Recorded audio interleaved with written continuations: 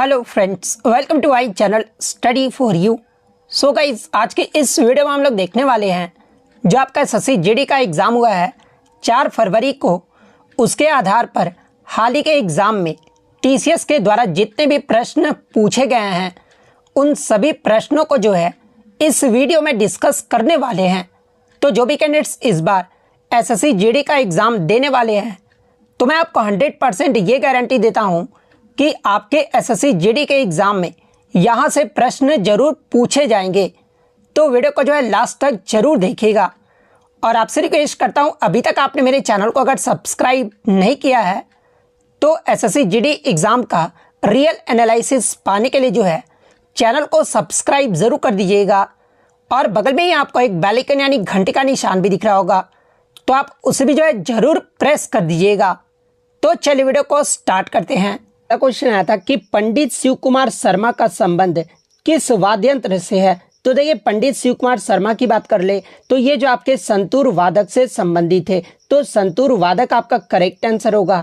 इसके अलावा अगर इनके पुरस्कार की बात कर ले तो देखिए, पंडित शिव कुमार शर्मा को जो है 1986 में संगीत नाटक अकादमी पुरस्कार से सम्मानित किया गया था। और वर्ष 2001 में जो है इन्हें भारत का दूसरा सर्वोच्च नागरिक पुरस्कार पद्म विभूषण से जो है सम्मानित किया गया था। और 1991 में जो है इन्हें भारत का चौथा सर्वोच्च नागरिक पुरस्कार पद्मश्री से भी जो है इन्हें सम्मानित किया गया था। तो ये फैक्ट भी आपको ध्यान में रखना है। इसके अलावा मैं आपको बता दूं कि टीसीएस के द्वारा जो है आपके लगातार वाद्य यंत्र और उनके वादक से जो है लगातार प्रश्न पूछे जाते हैं, तो आप ये जरूर देख कर जाइए। जैसे कि एमएस सुब्बुलक्ष्मी जो है ये आपका किससे संबंधित है, तो ये आपका कर्नाटक गायक से जो है ये आपका संबंधित है।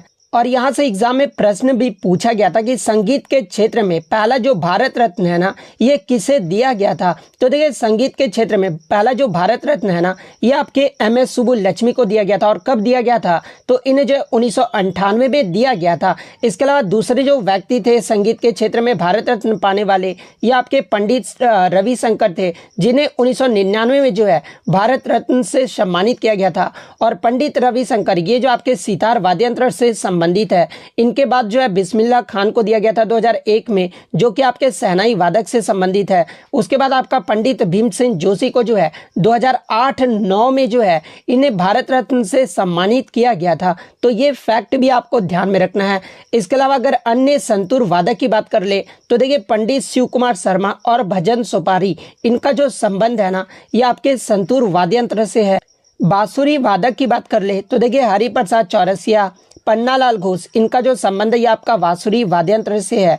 जाकिर हुसैन, अल्लाह रखा, साबिर खान, पंडित किशन महराज, पंडित ज्ञान प्रकाश घोष इनका जो संबंध है आपका तबला वाद्य यंत्र से है। अलाउद्दीन खान, अली अकबर खान, अमजद अली खान, बुद्धदेव दास गुप्ता इनका जो संबंध है आपका सरोद वाद्य यंत्र से है। बिस्मिल्लाह खान, कृष्णाराम चौधरी, अली अहमद हुसैन इनका जो संबंध है आपके शहनाई वादक से है। पंडित रविशंकर, शाहिद परवेज खान, बुद्धादित्य मुखर्जी, अनुष्का शंकर इनका जो संबंध है आपके सितार वाद्य यंत्र से है। शकूर खान, पंडित राम नारायण, रमेश मिश्रा, सुल्तान खान इनका जो संबंध है आपके सारंगी वाद्य यंत्र से है। अगर देखिए वीणा वादक की बात कर ले तो जिया मोइनुद्दीन डागर, अध्यागिरी श्याम सुंदरम, दोरई स्वामी अयंकर इनका जो संबंध ये आपका वीणा वाद्य यंत्र से है।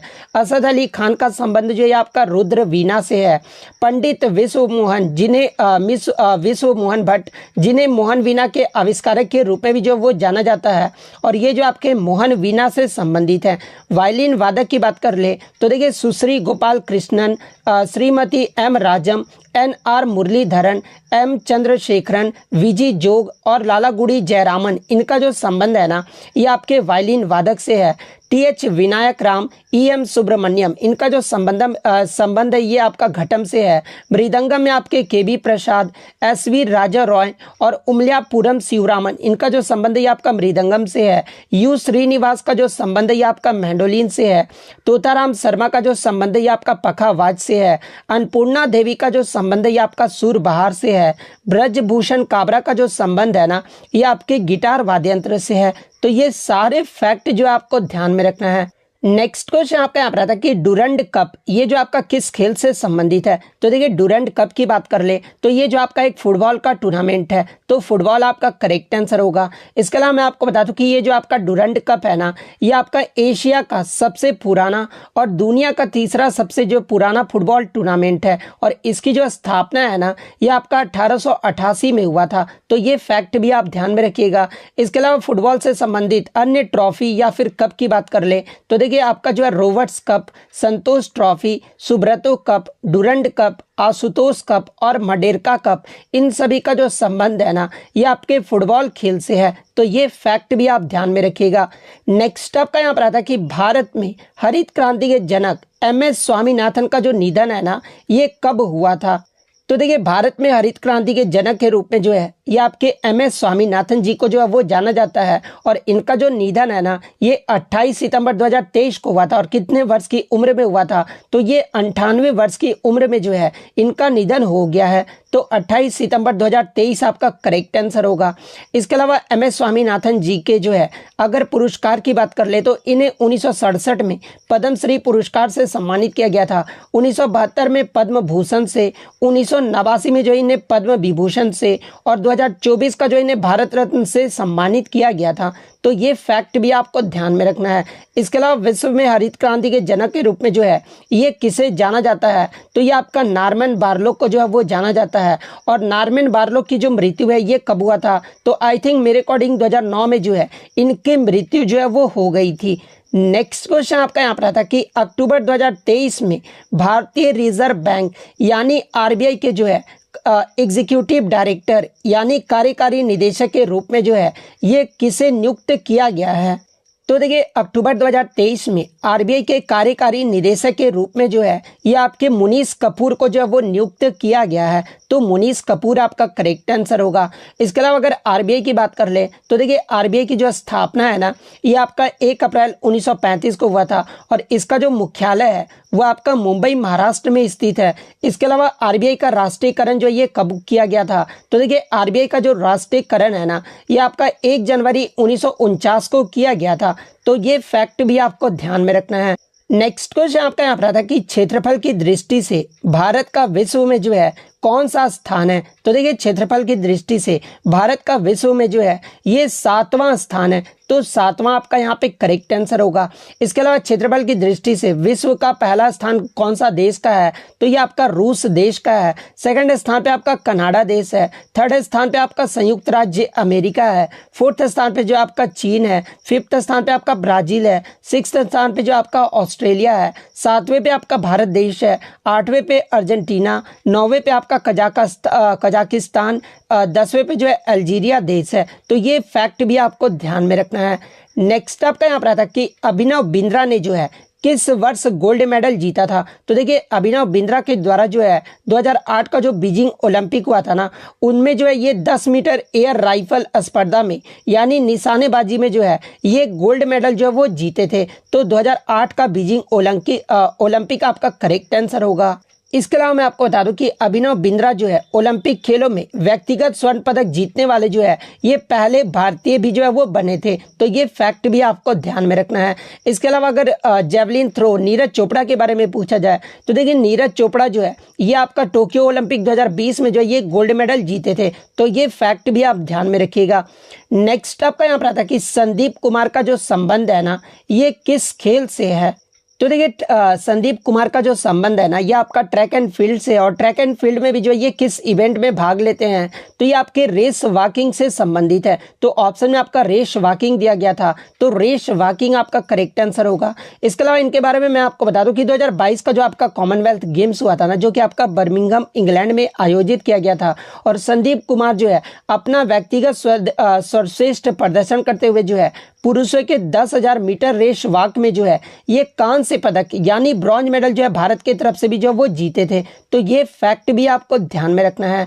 नेक्स्ट आपका यहाँ पर आता है कि निम्नलिखित में से कौन सा त्योहार जो है अरुणाचल प्रदेश राज्य में खमती जनजाति के लोगों के द्वारा जो है मनाया जाता है। तो देखिए ये जो आपका संकेन त्योहार है ना, ये आपके अरुणाचल प्रदेश राज्य में खमती जनजाति के द्वारा जो है इस त्योहार को मनाया जाता है। तो संकेन त्योहार आपका यहाँ पे करेक्ट आंसर होगा। इसके अलावा अरुणाचल प्रदेश के अन्य त्यौहार की बात कर ले तो देखिए सोलंग फेस्टिवल की बात कर ले तो ये जो आपका आदि जनजाति के द्वारा मनाए जाने वाला जो है एक कृषि आधारित उत्सव है। सेकंड आपका तुरग्य उत्सव है जो कि आपका मोनपा समुदाय के द्वारा नव वर्ष की शुभकामनाओं के आगमन पर जो है इस त्यौहार को जो वो मनाया जाता है। द्री उत्सव की बात कर ले तो ये जो आपका आपतानी जनजातियों के द्वारा जो है ये आपका एक हार्वेस्ट फेस्टिवल है।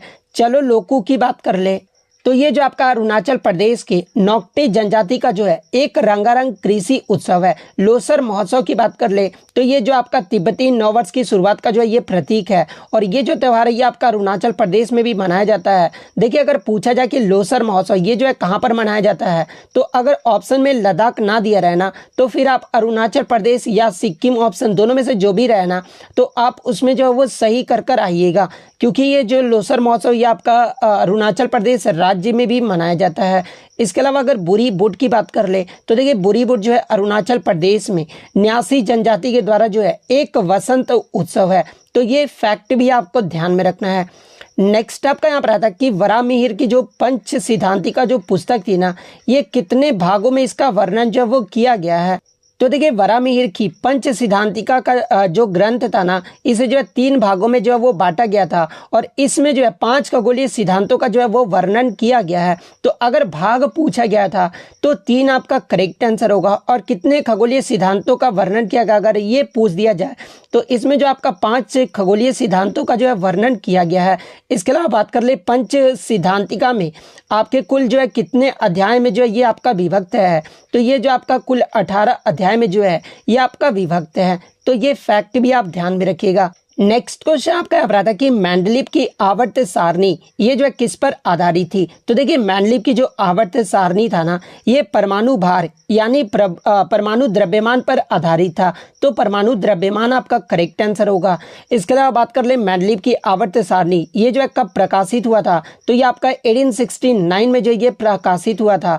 इसके अलावा एग्जाम में यहाँ से प्रश्न बनता है कि मेंडलीव की जो आवर्त सारणी है ना ये किस वर्ष जो है जर्मन पत्रिका में प्रकाशित हुआ था। तो देखिए जर्मन पत्रिका की बात कर ले तो ये जो आपका 1872 में जो वो प्रकाशित हुआ था। तो ये फैक्ट भी आप ध्यान में रखिएगा। अब देखिए बहुत सारे बच्चे जो है परमाणु संख्या पर जो है ऑप्शन ठीक करके आए हैं। तो देखिए मैं आपको बता दूं कि जो आपका आधुनिक आवर्त सारणी था ना ये आपका परमाणु संख्या पर आधारित था ना कि मेंडलीव की आवर्त सारणी। तो आप ये भी ध्यान में रखिएगा कि आधुनिक आवर्त सारणी ये किस पर आधारित था। तो ये आपका परमाणु संख्या पर आधारित था। इसके अलावा बात कर ले आधुनिक आवर्त सारणी का जो नियम है ना इसका प्रतिपादन ये जो है किसके द्वारा किया गया था। तो ये जो आपका मोजले के द्वारा किया गया था। तो ये फैक्ट भी आपको ध्यान में रखना है। नेक्स्ट आपका यहाँ पर आता है कि 2023 तक फंडामेंटल ड्यूटीज यानी मौलिक कर्तव्य जो है ये कितने हैं। तो 2023 की बात कर ले या वर्तमान में जो मौलिक कर्तव्यों की जो संख्या है ना वो आपका 11 है। देखिए मैं आपको बता दूं कि शुरुआत में अनुच्छेद 51A के तहत जो है 42वां जो संविधान संशोधन हुआ था ना जो कि आपका 1976 में हुआ था। इसके अधिनियम द्वारा ही जो है आपके सरदार स्वर्ण सिंह समिति के सिफारिश पर हमारे संविधान में जो है 10 मौलिक कर्तव्यों को जो वो जोड़ा गया था और बाद में आपका जो 86वां संविधान संशोधन हुआ था ना जो कि आपका 2002 में हुआ था और इसके माध्यम से एक और आपका मौलिक कर्तव्य को जोड़ा गया था और वर्तमान में जो आपके मौलिक कर्तव्यों की जो संख्या है ना वो आपका 11 है। तो एग्जाम में पूछा जाता है कि 11वां मौलिक कर्तव्य को जो ये किस संविधान संशोधन और कब जोड़ा गया था। तो देखिए 11वां मौलिक कर्तव्य को जो है ये आपका 86वें संविधान संशोधन 2002 के माध्यम से जोड़ा गया था। तो ये फैक्ट भी आपको ध्यान में रखना है। नेक्स्ट आपका यहाँ पर आता है कि जात्रा ये जो है किस राज्य का प्रसिद्ध नृत्य शैली है। तो देखिए जात्रा की बात कर ले तो देखिए गंभीरा, धाली और जात्रा ये सभी जो आपके पश्चिम बंगाल के जो है प्रसिद्ध नृत्य रूप हैं। तो पश्चिम बंगाल ऑप्शन में दिया गया था। तो पश्चिम बंगाल आपका करेक्ट आंसर होगा। अब बहुत सारे बच्चे बोलेंगे सर उड़ीसा का होता है। तो देखिए मैं आपको बता दूं कि ऑप्शन में आपका जो है उड़ीसा नहीं दिया गया था और ये जो आपका जात्रा भी जो है ये पश्चिम बंगाल का ही जो है प्रसिद्ध नृत्य रूप है। तो पश्चिम बंगाल आपका करेक्ट आंसर होगा। अगर डंडा यात्रा पूछ ले तो देखिए डंडा यात्रा या फिर मोहतम यात्रा ये सभी जो आपके उड़ीसा में किए जाने वाले जो है ये आपके प्राचीनतम नृत्य हैं। तो ये फैक्ट भी आपको ध्यान में रखना है। नेक्स्ट आपका यहाँ पर आता कि 2023 में गृह लक्ष्मी योजना जो है ये किस राज्य सरकार के द्वारा जो वो शुरू किया गया है, जहाँ पे ऑप्शन में आपका केरल, कर्नाटक, तमिलनाडु और हरियाणा दिया गया था। तो देखिए 2023 में गृह लक्ष्मी योजना जो है ना ये आपके कर्नाटक सरकार के द्वारा जो है वो शुरू किया गया है, तो कर्नाटक आपका करेक्ट आंसर होगा। इसके अलावा मैं आपको बता दूं कि तेलंगाना राज्य के द्वारा भी जो है ये आपका गृह लक्ष्मी योजना जो है वो शुरू किया गया है, और छत्तीसगढ़ राज्य के द्वारा या फिर मध्य प्रदेश राज्य के द्वारा भी जो है ये गृह लक्ष्मी योजना जो है वो शुरू किया गया है, लेकिन ऑप्शन में आपका सिर्फ कर्नाटक दिया गया था, तो कर्नाटक आपका यहाँ पे करेक्ट आंसर होगा। नेक्स्ट आपका यहाँ पर आता है कि मोहिनी अट्टम ये जो है किस राज्य का एक शास्त्रीय नृत्य है। तो देखिए मोहिनी अट्टम की बात कर ले तो ये जो आपका केरल राज्य का जो है एक शास्त्रीय नृत्य है, तो केरल आपका करेक्ट आंसर होगा। इसके अलावा केरल का एक और आपका शास्त्रीय नृत्य जो कि आपका कथकली है, तो ये पॉइंट भी आपको ध्यान में रखना है। इसके अलावा अगर भरतनाट्यम के बारे में पूछा जाए तो देखिए भरतनाट्यम जो है ये आपका तमिलनाडु राज्य का जो है एक शास्त्रीय नृत्य है। नेक्स्ट क्वेश्चन आपका यहाँ पर था कि महान्यायवादी यानी अटॉर्नी जनरल ये जो है किसके प्रसाद पर्यंत जो है अपना पद धारण करते हैं। तो देखिए भारत के महान्यायवादी की बात कर ले तो ये जो आपके भारत के राष्ट्रपति द्वारा जो है संविधान के अनुच्छेद 76(1) के तहत जो है इन्हें जो है वो नियुक्त किया जाता है, और ये जो आपके राष्ट्रपति के जो है प्रसाद पर्यंत जो ये अपना पद जो है वो धारण करते हैं, तो राष्ट्रपति आपका करेक्ट आंसर होगा। नेक्स्ट आपका यहाँ पर आता कि 8 अप्रैल 1929 में भगत सिंह और बटुकेश्वर दत्त के द्वारा जो है ये कहाँ पर बम जो है वो फेंका गया था। तो देखिए 8 अप्रैल 1929 में भगत सिंह जो है ये आपका दिल्ली में स्थित केंद्रीय विधानसभा जो कि आपका वर्तमान में संसद भवन है, यहाँ पर जो है इन्होंने जो है वो बम फेंका था, तो केंद्रीय विधानसभा आपका करेक्ट आंसर होगा।